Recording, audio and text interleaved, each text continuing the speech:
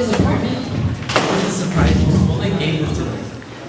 This is hard to believe. Again, you're pulling my leg, Jimmy. He only wouldn't let anybody in his apartment. He was so afraid for his collection, not even his closest relatives would just drop it. So why did he give you the keys to his apartment? He was a very cautious fellow. I know. So then, why do you have the keys to his apartment? For the sake of what? We're friends. We have friends all over the world. Does that mean we'd give him keys to our home? We're very close friends. What do you mean very close? I don't understand you. No one closer. No, I definitely don't understand you.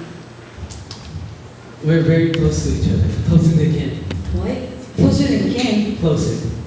Who can be closer than kin? Can't you guess?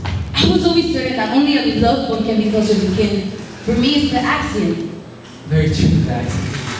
You want to say that? Yes, that's right.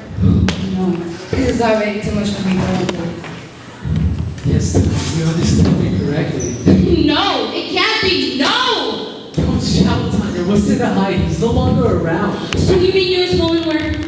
Oh Lord! What a nightmare! What horror!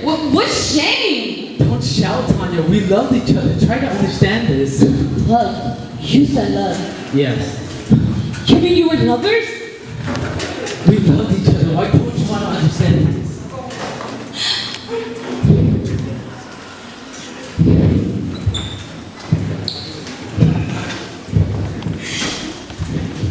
Oh God, again, this blue love. What abomination is this? When did you change color? Don't try to insult me. I'm not trying to. I simply can't wrap my brain around it. Again, you're pulling my leg, Gina.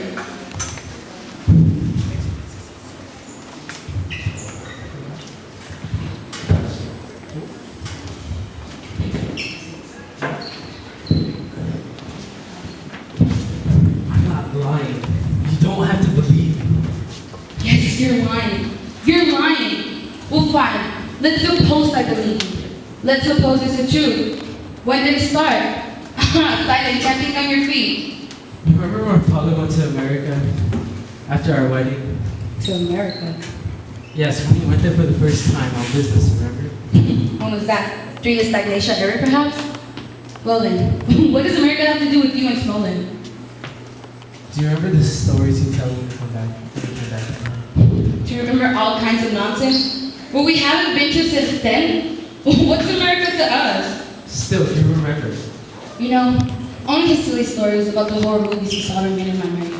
That is, not about the movies he saw, but how he saw them for the first time in his life. How he was so frightened that he almost peed his pants. How he locked himself in that hotel room, jumping from every little sound. He didn't only watch horror movies, though. Clearly it wasn't only horror movies he saw. Exactly. He also didn't only bring back horror movie cassettes back.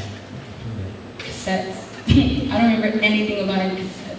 Father told no one, showed nobody. How then did you find out? Wait, do you remember that coat you bought me once? Coat I remember very well. Do you remember the cut of that coat? Just vaguely. There, I'm gonna say it even began with that coat. Father bought it by chance at some store in America. I misunderstanding, of course. See, those were times you didn't talk about such things aloud. But Smokey quickly paid attention to it. He asked, why was I wearing such a coat? Was I looking for a friend, perhaps? Did he really ask you that right away? Oh, no, not right away. It was very low-key and under the table on this way. What was your answer? To tell you the truth, I didn't even know what he was hinting at. He later advised me to look for magazines and cassettes that my father might go home from America. He knew about such shops without him. What's else there? And you searched your father's things. Probably the good kid wouldn't tell a soul. Away with you, what search? There was no search. I simply came across the cassettes by chance and asked father if I could watch them with friends. And father let you. Why wouldn't he? I was quite grown up by that time and knew what's what besides married. To me. What to me? Married to me. Well, yeah, I guess married to you. Only this fact didn't play any matter in the world. See, you were pregnant by then and later in the hospital for a very long time. We weren't very intimate during that period. What are you saying, G? Well, what are you saying? Are you like aware of what you're saying? I must say it openly at last, at least for the first time to myself. Not to yourself, but to me. And it's not speaking out you won't fit, but making excuses for yourself. I don't want to make excuses, but to explain. What do you want to explain to me? That I was a fool? That I was married to a pervert all these years? I'm not a pervert. Aha! And what are you if not a pervert? You need a psychiatrist. He would access you as properly as needed so that after treatment, there wouldn't be any homosexuality left in you.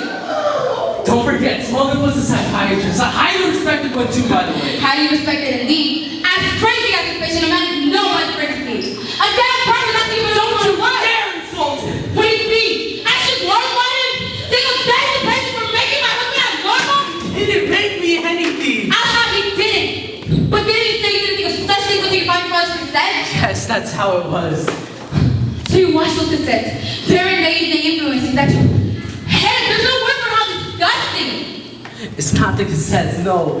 They don't show much more than what they show on TV now. It's something once at Smolder's place. So it was at his place.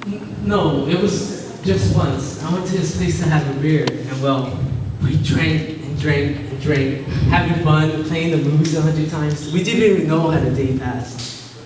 We ran out of beer, went out and got some more. Only this time not at home, but at the cottage.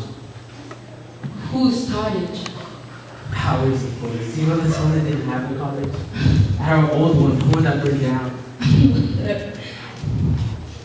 Yes, we just made the last train. Imagine, darkness outside the windows. They didn't announce the stops. In short, we missed the stop.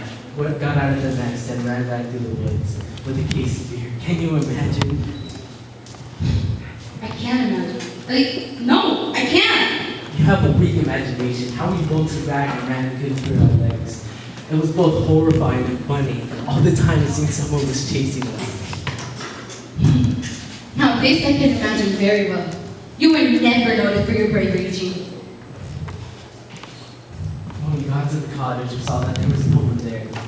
No light in the window. I had left the keys at home. We went around and around. I didn't want to kick the door open. It was already getting cold. I said to him, let's go to the bathhouse. It's not locked. To the bathhouse? At night? What else could we do? Go back downtown and what? Well, then we had a fire going in the bathroom. With the heat and the beer, it felt so good. Good in what sense? Don't interrupt. Can't you listen to me? To the end for once? For me, it had never felt and will never feel as good as it did with anybody else. What happened afterwards? What did people do in cities situations? For how long? Until we fell asleep. What did you do after that? Well, in the morning, we spoke nothing about what happened the night before. We drank tea in silence. Smolder left and then I after him. I was immediately out on business. I thought everything would just go away. But no, I tried but could not forget. All the time I was thinking of Smolder. How I was suffering, you can't imagine. I was so tired, I went to the doctor. I wanted his advice, but plainly couldn't explain to him. He only understood from my words that I was having some problems with sex. He later advised me to wait for the birth of the child and everything would resolve. And then? And then? You know how it was with us after little Vanya's birth. How everything finally broke down between us. There was no more harmony in our intimate lives. Now I'm beginning to understand whose fault it wasn't. It's nobody's fault. It's simply how our lives unfolded. Our life? You know how it was with us after little Vanya's death? How people told me you had someone else and then another? They pitied me and called you a bitch behind your back. It was already unnecessary. Such things suited me quite well. And most probably you too. And if we weren't for some absolute madness and money, then these hours... Then these unrepentant sins of yours will continue forever. But repentant sins, there was no need to bury treasure in the ground. No need? Still tell me to give it to you for safekeeping? It would have been safer at least. So you took them out in order to keep them so much safer? But where are they? Where? Why haven't they seen them yet? Why did we bring them here? Before it's too late. We didn't dig them out on purpose. We simply came across them to heat up the fence. And decided to pocket them out. Not even a word to your wife. Not to pocket, but to divide. I took the money and Smolder the necklace in order to sell to people we knew. Who knew our lives would have ended up like this? None of this would have happened if only you tell me. Fancy that. How clever.